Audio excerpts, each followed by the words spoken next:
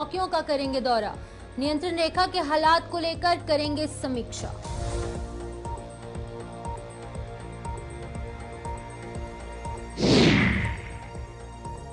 National conference की कार्य समिति की हो रही बैठक, श्रीनगर में हो रही पार्टी की 2 दिवसीय बैठक।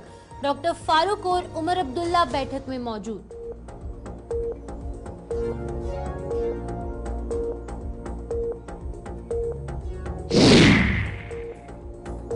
बाबा बर्फानी की जयकारों से गूंज रहा मंदिरों का शहर। अमरनाथ यात्रा का छठा जत्था कश्मीर के लिए रवाना।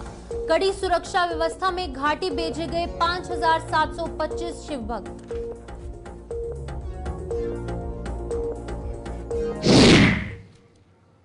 नमस्कार, जम्मू कश्मीर के इस खास बुलेटिन में आपका स्वागत है और मैं हूं आपके साथ शिफन शर्मा। तो चलिए शुरुआत करते हैं बुलेटिन की। देश के नए सैन्य प्रमुख का पदभार संभालने के बाद जनरल उपेंद्र द्विवेदी आज पुंछ दौरे पर है। अपने पहले दौरे पर भारत पाकिस्तान नियंत्रण रेखा से सटे पुंछ जिला मुख्यालय पहुंचे। पुंछ पहुंचने पर जनरल उपेंद्र द्विवेदी पुंछ ब्रिगेड मुख्यालय रवाना हो गए। बताया जा रहा है कि वो यहां पर नियंत्रण रेखा के अग्रिम क्षेत्रों का दौरा भी कर सकते हैं, जहां पर कि जनरल उपेंद्र द्विवेदी सेना के उत्तरी कमान के प्रमुख भी रह चुके हैं और उन्होंने हाल ही में सैन्य प्रमुख का पदभार यहां पर संभाला है।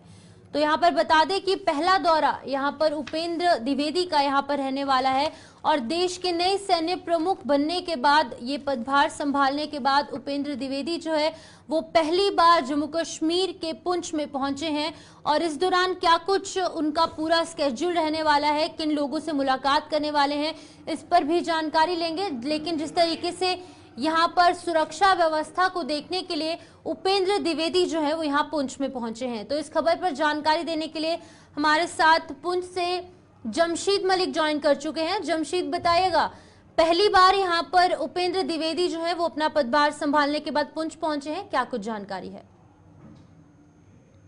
बिल्कुल, अपना ओहदा संभालने के बाद उनका पीर पंचाल की कहें या जम्मू कश्मीर का पहला दौरा, हालांकि वो जम्मू कश्मीर के अंदर इससे पहले भी सर्विस कर चुके हैं, मगर अपना ओहदा संभालने के बाद आज उनका खिताई पीर पंचाल का पहला दौरा था। ये दौरा बहुत चीजों से अहम भी माना जा रहा है, क्योंकि पिछले कुछ अरसा से अगर इस खिता के अंदर बात करें, मिलिटेंसी की काफी वारदातें बढ़ी और उन वारदातों में कई फौजी जवान शहीद हुए। उसके बाद लगातार इन इलाकों से संदिग्ध लोगों के देखे जाने की खबरों का सिलसिला देखने को मिला था। या लाइन ऑफ कंट्रोल पर अगर बात करें, लाइन ऑफ कंट्रोल पर सीज फायर माहिदा भी हुआ, मगर उसके बीच एक बार लाइन ऑफ कंट्रोल पर चंद रोज पहले पाकिस्तान की तरफ से फिर फायरिंग की गई और कई चीजें और अहम है। खास करके इस वक्त मिलिटेंसी के साथ ड्रग्स एक बहुत बड़ा इशू बना हुआ है, जो लाइन ऑफ कंट्रोल पर काफी इस पर के खिलाफ काम भी हो रहा है। जहां कल भी हमने देखा तकरीबन 23 किलो आईडी तकरीबन लाइन ऑफ कंट्रोल पुंछ से मेंढर से मिली है। उसके बाद लगातार इस तरह की खबरें भी सामने आ रही है, क्योंकि त्रिवेदी साहब ने पहले भी इन इलाकों में नौकरी भी की है, सर्विस की है, पूरे इलाके में इस इलाके को जानते हैं। उसके बाद ये पहला टूर इनका जो जवानों की हौसला अफजाई के लिए भी बहुत बड़ा दौरा भी हम इसको मान सकते हैं। और आज वो जवानों से मिलेंगे, खास करके लाइन ऑफ कंट्रोल के नजदीक जो जवान सर्विस कर रहे हैं, जो 24 घंटे वहां तैनात रहते हैं, उनसे उनकी मुलाकात और उनसे उनके हौसले काफी बुलंद हो गए। खास करके जहां तक पीर पंचाल रेंज की बात करें, क्योंकि ये रेंज पिछले कुछ अरसा से लगातार सुर्खियों में दोबारा आया है। तकरीबन अगर करें बात 15 साल के बाद दोबारा इस खिता के अंदर इस तरह की खबरें सामने आई, जहां कई बड़ी वारदातें हुई और उसके बाद कई बड़े ऑपरेशन इन इलाकों में आज भी चलाए जा रहे हैं। उन ऑपरेशनों को देखते हुए या जवानों की हौसला अफजाई के लिए इनका टूर बहुत अहम माना जाएगा। शिफन, ठीक है जमशीद, बहुत बहुत शुक्रिया तमाम जानकारी देने के लिए। जमशीद मलिक यहाँ पर पुंछ के हवाले से अपडेट कर रहे थे कि यहाँ पर पदभार संभालने के बाद उपेंद्र द्विवेदी जो है वो पहली बार पुंछ का दौरा कर रहे हैं और एलओसी के पास जो सटे हुए इलाके हैं, और हमने देखा कि पिछले दिनों काफी ज्यादा आतंकी घटनाएं जो है वो पुंछ राजौरी में देखने को मिली, जिसके बाद की ये बड़ा दौरा, अहम दौरा यहाँ पर रहने वाला है। तो चलिए अगली खबर की ओर बढ़ते हैं। कांग्रेस के हवाले से बात करेंगे, जहां पर कि कांग्रेस के मीडिया प्रभारियों की दिल्ली में अहम बैठक हो चुकी है और 4 राज्यों के विधानसभा चुनाव को लेकर इस बैठक में चर्चा हुई है। सोशल मीडिया को ज्यादा तरजीह देने का निर्देश है। केसी वेणुगोपाल, पवन खेड़ा की अध्यक्षता में ये बैठक यहां पर हुई है। बता दें कि यहां पर कांग्रेस की दिल्ली में बैठक हुई है। केसी वेणुगोपाल जैसे बड़े चेहरे इनकी अध्यक्षता में ये बैठक हुई है। कांग्रेस के मीडिया प्रभारियों की दिल्ली में अहम बैठक हुई है। 4 राज्यों के विधानसभा चुनाव को लेकर चर्चा हुई है। वहीं पर कांग्रेस के मीडिया प्रभारियों की दिल्ली में अहम बैठक में क्या कुछ खास है, उस पर हम जानकारी लेंगे। लेकिन पहले यहाँ पर बता दें कि ये अहम बैठक जो है वो हो चुकी है, खत्म हो चुकी है, जिसके बाद की तमाम यहाँ पर जो बड़े फैसले हैं इस मीटिंग में लिए गए हैं। क्या कुछ ये फैसले हैं उन पर भी जानकारी देंगे। लेकिन केसी वेणुगोपाल, पवन खेड़ा की अध्यक्षता में ये बैठक हुई है, जिसमें कि बड़े चेहरे इस बैठक में मौजूद रहे। इस खबर पर जानकारी देने के लिए वरिष्ठ पत्रकार विनोद कुमार हमारे साथ ज्वाइन कर चुके हैं। विनोद जी, यहाँ पर बताइएगा, जिस तरीके से अगर बात करेंगे तो पिछले कुछ दिनों में भी एक बैठक यहाँ पर कांग्रेस के हवाले से हुई थी। लगभग 2 से 1.5 हफ्तों में यहाँ पर 2 मीटिंग्स हुई है। क्या कुछ चल रहा है कांग्रेस पार्टी के अंदर? बिल्कुल शिवकुमार, आपने ठीक कहा। जैसे जैसे लोकसभा के चुनाव के नतीजे आए और कांग्रेस का आकार बढ़ा, उनकी सीटें बढ़ी और उसके बाद से कांग्रेस का आत्मविश्वास भी निरंतर बढ़ता जा रहा है। और शायद यही कारण है कि पहले भी एक मीटिंग होती है, इंपॉर्टेंट मीटिंग होती है, उसमें आत्ममंथन, आत्मचिंतन किया जाता है कि आखिर लोकसभा चुनावों में क्या क्या और कहां कहां पर कमी रही। लेकिन कल जो देर रात मीटिंग हुई है उसमें प्रदेश अध्यक्ष और मीडिया प्रभारियों को बुलाया हुआ था। जम्मू कश्मीर से 2 ही लोग गए हुए थे, रविंदर शर्मा और वकार रसूल। और इस मीटिंग में ये 4 राज्यों के, जम्मू कश्मीर यूनियन टेरिटरी है, 3 राज्य है जिनमें चुनाव होने वाले हैं। इन 4 राज्यों में विधानसभा के चुनावों को लेकर के क्या स्ट्रेटेजी रहेगी और ख़ासतौर पर चुनावी प्रचार में सोशल मीडिया का क्या रोल रहेगा, उस पर कंसंट्रेशन दी गई। और इस तरीके से रचना बुनी जा रही है, रेखांकित किया जा रहा है कि सोशल मीडिया का प्रभाव जो है और बढ़ाया जाए, ताकि जिस तरीके से भारतीय जनता पार्टी का नेटवर्किंग है या उनका भारतीय जनता पार्टी जिस तरीके से सोशल मीडिया को हैंडल कर रही है, उससे भी बेहतर तरीके से कांग्रेस एक स्ट्रेटेजी और रणनीति बना रही है कि वो भी उसको हैंडल करे। जी शिवपाल। विनोद जी, यहाँ पर बताइएगा, जिस तरीके से खबरें निकलकर सामने आ रही हैं कि पीडीपी और वहीं पर नेशनल कॉन्फ्रेंस दोनों ही पार्टियां लगातार कांटेक्ट में है कांग्रेस पार्टी की, तो क्या लगता है कि विधानसभा चुनाव में एक बार फिर से अलायंस देखने को मिल सकता है? जिस तरीके से हमने लोकसभा चुनाव में देखा कि ये तीनों पार्टियां जो है वो एक साथ नहीं आ पाई थी, तो क्या लगता है इस बार विधानसभा चुनाव में तस्वीर बदल सकती है? देखिए शिवपन, शुरुआती दौर में ये प्रयास रहेगा, प्रयत्न किया जाएगा कि एटलीस्ट जैसे इंडिया ब्लॉक ने विधानसभा लोकसभा के चुनाव लड़े हैं, उसी पैटर्न पर विधानसभा के भी चुनाव लड़े जाए। लेकिन संभावनाएं बड़ी कम नजर आती हैं कि लोकसभा के चुनावों में 5 सीटें टोटल थी हमारी, उस पर चलो इफ एंड बट हो सकता था। लेकिन जब हम विधानसभा की सीटों की बात करते हैं, 90 सीटें हैं। कोई भी पार्टी नहीं चाहती है कि उसका कैडर टूटे। अगर कोई पार्टी किसी को समर्थन करती है तो स्वाभाविक सी बात है उसका इम्पैक्ट जो है उसके कैडर पर पड़ता है।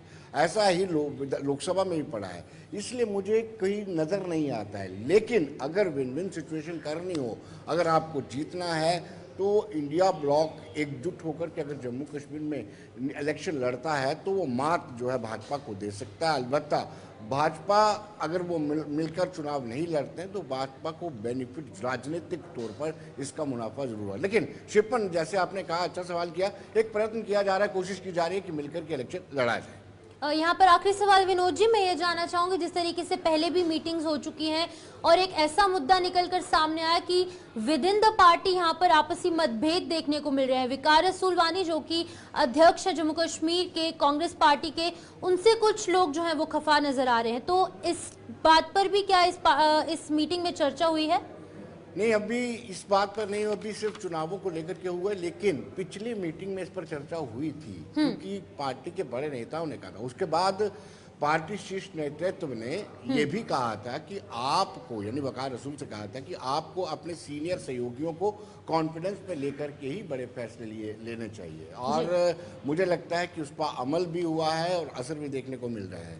लेकिन ये है कि ये बात बिल्कुल तय है कि जो पीसीसी चीफ हैं उनसे कुछ लोग नाराज़ हैं और अपनी नाराज़गी वो शीर्ष नेतृत्व को बता भी चुके हैं। उन्होंने पत्र भी लिखा है कि इस तरीके से वकार रसूल ठीक से उनके साथ बिहेव नहीं कर रहे हैं और वो उनको सलाह मशवरा नहीं करते। इस तरह की शिकायतें ऊपर शीर्ष नेतृत्व को पहुंची। ठीक है विनोद जी, बहुत बहुत शुक्रिया तमाम जानकारी देने के लिए। विनोद कुमार यहाँ पर वरिष्ठ पत्रकार हमसे जानकारी साझा कर रहे थे, कांग्रेस की मीटिंग के हवाले से जानकारी दे रहे थे। वहीं पर दूसरी तरफ नेशनल कॉन्फ्रेंस की भी श्रीनगर की बैठक शुरू हो चुकी है। पार्टी के अध्यक्ष डॉक्टर फारूक अब्दुल्ला और उपाध्यक्ष उमर अब्दुल्ला की अगुवाई में हो रही इस बैठक में नेशनल कॉन्फ्रेंस की कार्य समिति के सभी सदस्य जो हैं वो भाग ले रहे हैं। क्या कुछ खास रहेगा इस बैठक में, इस पर हम जानकारी लेंगे, लेकिन पहले बता दें कि यहाँ पर जिस तरीके से सभी राजनीतिक दल जो हैं वो यहाँ पर आत्म मंथन उन सभी द्वारा किया जा रहा है, और जिस तरीके से कांग्रेस के वाले से हमने अपडेट किया, वहीं पर नेशनल कॉन्फ्रेंस में भी यहाँ पर लगातार बैठकों का दौर जारी है। 2 दिवसीय बैठक यहाँ पर नेशनल कॉन्फ्रेंस का जो हेड ऑफिस है श्रीनगर में, वहां पर की जा रही है।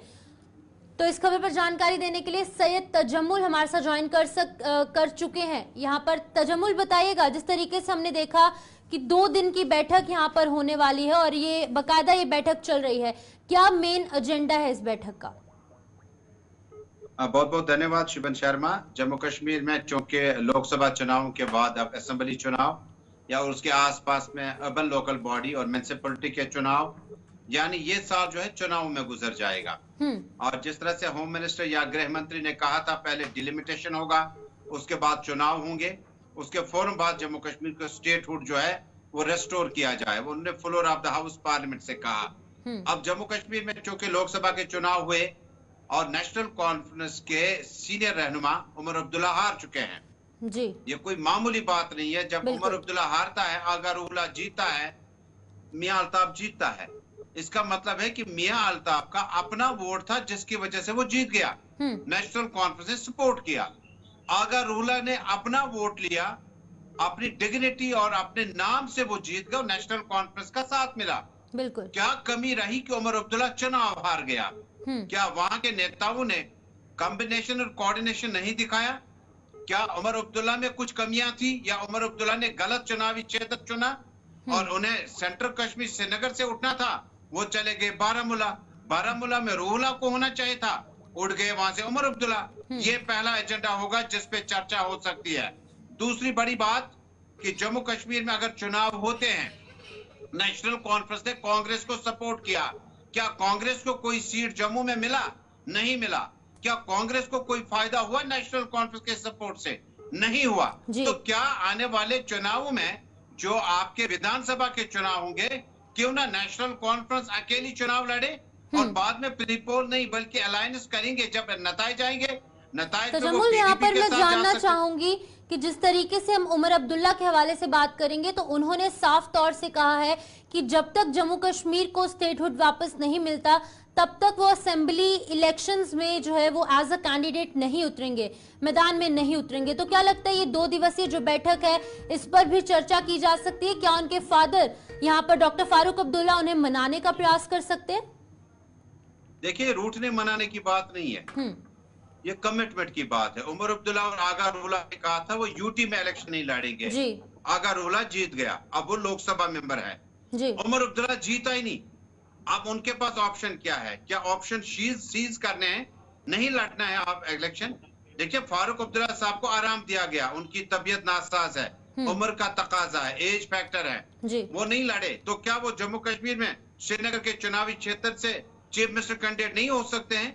उमर अब्दुल्ला हार गए हैं तो क्या वो चीफ मिनिस्टर कैंडिडेट अनाउंस नहीं किए जा सकते हैं, जिससे एतमाद नेशनल कॉन्फ्रेंस का बढ़ेगा?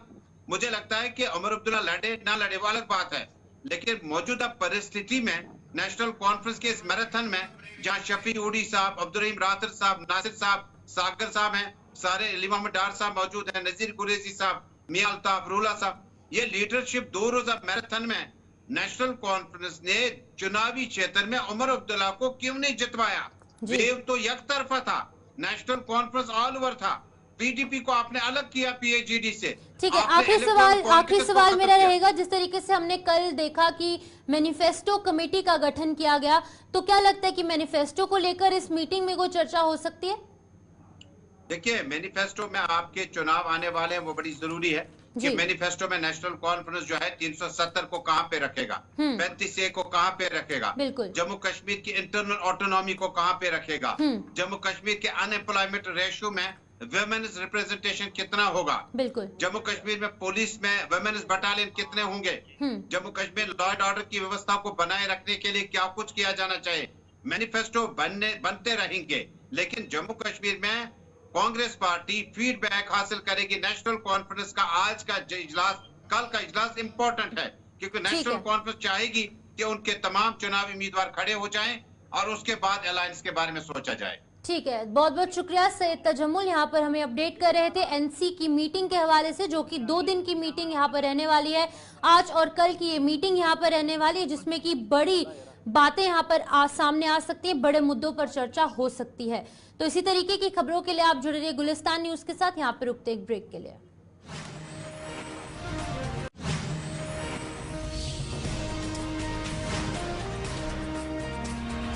से सामने आ रही है, जहां पर कि भ्रष्टाचार को लेकर यहां पर कड़ा रुख अपनाते हुए एसीबी नजर आ रही है। भ्रष्टाचार को लेकर जम्मू से बड़ी खबर निकल गई है।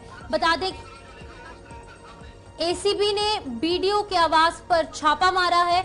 जम्मू के ग्रेटर कैलाश में ये बड़ी कार्रवाई चल रही है।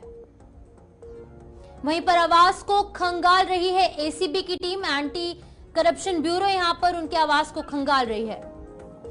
भ्रष्टाचार को लेकर जम्मू से बड़ी खबर निकलकर सामने आ रही है, जहां पर कि भ्रष्टाचार को लेकर कड़ा रुख कहीं ना कहीं सभी एजेंसीज अपनाती हुई नजर आ रही हैं। एंटी करप्शन ब्यूरो के हवाले से बात करेंगे तो उनके द्वारा बीडीओ के आवास पर छापा मारा गया है और जम्मू के ग्रेटर कैलाश में स्थित जहां पर उनका आवास है, वहां पर ये छापेमारी जो है वो लगातार जारी है। बता दें कि उनके आवास को खंगाला जा रहा है। क्या कुछ अपडेट है वो भी आप तक साझा करेंगे, लेकिन यहाँ पर बता दें कि एंटी करप्शन ब्यूरो लगातार अपना काम करती नजर आ रही है। तो इस खबर पर जानकारी देने के लिए अनिल शर्मा हमारे साथ ज्वाइन कर चुके हैं। अनिल, बताइएगा क्या कुछ जानकारी है जहां पर कि एसीबी कड़ा रुख अपनाती हुई नजर आ रही है। देखिए, जम्मू कश्मीर की बात करते हैं, जहां पर लगातार काफी समय से ही जब एंटी करप्शन ब्यूरो जो हरकत में आया है वर्ष 2019 के बाद, तो लगातार आपने देखा है कि एंटी करप्शन ब्यूरो की तरफ से कड़ी कार्रवाइयां जो है वो की जा रही हैं और जो करप्शन के मामले हैं उनमें भी जो लिप्त पाए जाते हैं उन पर भी कार्रवाई की जाती है। और आज की अगर हम बात करते हैं तो 11 बजे के करीब जो है जो वीडियो है प्रवीण शर्मा की बात करते हैं, उनके स्थित आवास पर जो है ये एंटी करप्शन ब्यूरो की तरफ से एक बड़ी कार्रवाई जो है वो की जा रही है और दस्तावेजों को खंगाला जा रहा है। और दस्तावेजों की बात करते हैं जहां पर अभी तक ये बताया जा रहा है कि जो आधिकारिक तौर पर अभी इसकी पुष्टि नहीं हो पाई है कि क्या ये करप्शन से जुड़ा हुआ मामला है या फिर कोई अन्य मामला है, मगर अभी तक जो ये सामने देखने को मिल रहा है कि एंटी करप्शन ब्यूरो की टीम जो है अभी भी अंदर मौजूद है। लगातार 11 बजे जो है ये रेड शुरू हुई थी और उसके बाद से ही ये रेड जो है वो अभी भी इन्वेस्टिगेशन जो है ऑनगोइंग है। अब ये देखना होगा कि एंटी करप्शन ब्यूरो की तरफ से कुछ देर में क्या कुछ विस्तार पूर्वक जानकारी दी जाती है दस्तावेजों को लेकर, या फिर ये जो मामला है क्या ये करप्शन से जुड़ा हुआ मामला है। और इस वक्त अगर हम बात करते हैं तो डीवाईएसपी जो शिव कुमार हैं वो अपनी टीम के साथ इस ऑपरेशन को लीड कर रहे हैं और पूरी टीमें जो है वो वहां पर मौजूद है, एंटी करप्शन ब्यूरो की टीमें वहां पर मौजूद हैं। तो जिसको लेकर अब ये देखना होगा कि खुलासा क्या कुछ। अनिल, यहाँ पर जानना चाहूंगी क्या कुछ लोगों को अरेस्ट किया गया है, कुछ डॉक्यूमेंट सीज किए गए हैं, क्या कुछ निकल कर सामने आया इस रेड में?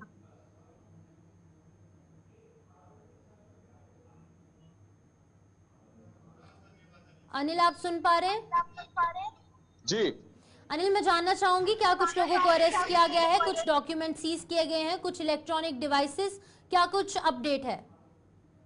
देखिए, अभी गिरफ्तारी को लेकर तो कोई भी मामला जो है वो अभी सामने नहीं आया है और जिस तरह से आपने जिक्र किया कि डॉक्यूमेंटेशन हो या इलेक्ट्रॉनिक डिवाइस हो, लगातार जो है एंटी करप्शन ब्यूरो की टीम जो है दस्तावेजों को खंगाल रही है और इन्वेस्टिगेट कर रही है और उसी के बाद सबूतों के आधार पर ही आगे की कार्यवाही को जो है वो रखा जाएगा और क्या कुछ जानकारी निकलकर सामने नजर आएगी वो भी हम आपको कुछ ही समय के अंदर बताएंगे।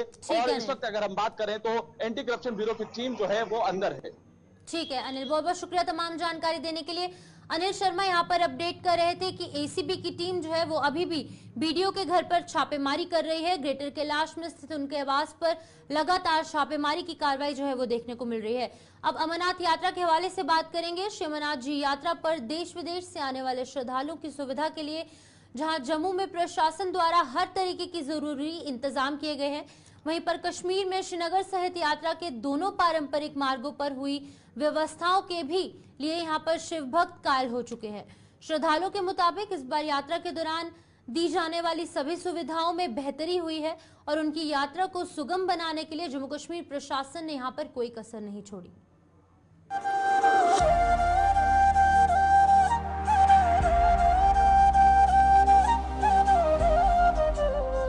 मैं मंदसौर मध्य प्रदेश से आया हूँ। मेरे साथ 40 यात्री आए हुए हैं। हम हर साल आते हैं, पर इस साल BRO ने जो रोड बनाई है वो बहुत अच्छी बनाई है। अभी पिशु टॉप में हूँ और आनंद आ रहा है और शाइन बोर्ड की बहुत अच्छी व्यवस्था है और बाबा बर्फानी कृपा बनी रहे। चढ़ाई बहुत अच्छी थी, सैनिक लोगों ने बहुत हमारी व्यवस्था करी, सब अच्छा था, सब बढ़िया लगा। ऐसा लगा नहीं कि हम थकान हुई कि ये हुई, जगह जगह पे व्यवस्था उनकी अच्छी लगी हमें। सारी जगह व्यवस्था पानी की सबकी उन्होंने बहुत अच्छी करी। सरकार ने बहुत बढ़िया काम करे हैं और बहुत ही सुविधा दे रहे हैं। एक से एक भंडारा है यहाँ पर। साइन बोर्ड ने बहुत काम किया है, पिछली बार से अब के बहुत ज़्यादा वो कर दिया। मैं दूसरी बार आया हूँ और यहाँ आने का इतना आनंद आ रहा है। लोगों से निवेदन करूँगा कि यहाँ आए, भोले बाबा के दर्शन करें। यहाँ इतनी सुख शांति है, सारी सुविधाएं हैं। अब तो BRDO ने नया रोड भी बना लिया पिछू टॉप आने के लिए। गत साल आए तो थोड़ी तकलीफ हुई थी, लेकिन इस बार बिल्कुल भी कोई तकलीफ नहीं है, पूरे आनंद के साथ आ रहे हैं। और बाबा से यही कामना करेंगे कि हमारा देश उन्नति करे, लोगों में सुख शांति हो, खुशहाली हो। और ये कश्मीर का जो माहौल है, कश्मीर के बिना भारत अधूरा है। ये कश्मीर मुकुट है इंडिया का। हम चाहेंगे सभी लोग यहाँ घूमने आए, बाबा के दर्शन करने आए और यहाँ की जो पब्लिक है, जनता है, उनका भी अच्छा सपोर्ट है। यहाँ इस बार की जो सुखद यात्रा देख के बहुत मन प्रसन्न हो रहा है। BRO ने बहुत अच्छा काम किया है। ये जो रोड बनाई है हम लोगों की सुविधा के लिए बनाई है। पहले हमें बारिश के टाइम पे कड़ी चढ़ाई पे आना पड़ता था, फिसलन ज़्यादा रहती थी। BRO ने बहुत अच्छा काम किया, हर यात्री को सुखद यात्रा करने के लिए अच्छा रोड बनाया और हम बहुत अच्छी से आसानी से यात्रा करके पिसू टॉप तक आए हैं। बाबा के दरबार में जो अरेंजमेंट किया हुआ है ना सरकार ने, वो लाजवाब है, लाजवाब अरेंजमेंट किया हुआ है। मैं तो पहली बार आया हूँ, लेकिन इतना अच्छा अरेंजमेंट कर रखा है कि आपको किसी को कोई परेशानी नहीं होने वाली। आप आराम से आओ, यहाँ की कोई धोखा पट्टी नहीं है, बिल्कुल दर्शन होते हैं अच्छे से। और आगे जो चल रहे हैं बड़े प्यार से चला रहे हैं सबको। सफाई इतनी अच्छी कर रखी है कि वॉशरूम तक भी साफ कर रखे हैं, जहाँ पे आपको कोई परेशानी आने वाली नहीं है। सबसे बड़ी दिक्कत तो वॉशरूम की आती है, जो उन्होंने बहुत अच्छा अरेंजमेंट किया। टेंट लगा रखे हैं, वो बहुत अच्छे हैं, साफ सफाई अच्छी है। बहुत सुकून मिल रहा है, व्यवस्था भी बहुत अच्छी है, बहुत अच्छा है, बहुत आनंद आ रहा है। बाकी कोई दिक्कत नहीं है। रास्ते में भक्तों को आना चाहिए, दर्शन करने चाहिए बाबा के। बहुत सुकून है, बहुत ज़्यादा। तो चलिए इस बुलेटिन में फिलहाल इतना ही। मुझे दीजिए इजाजत और आप जुड़े रहिए गुलिस्तान न्यूज़ के साथ।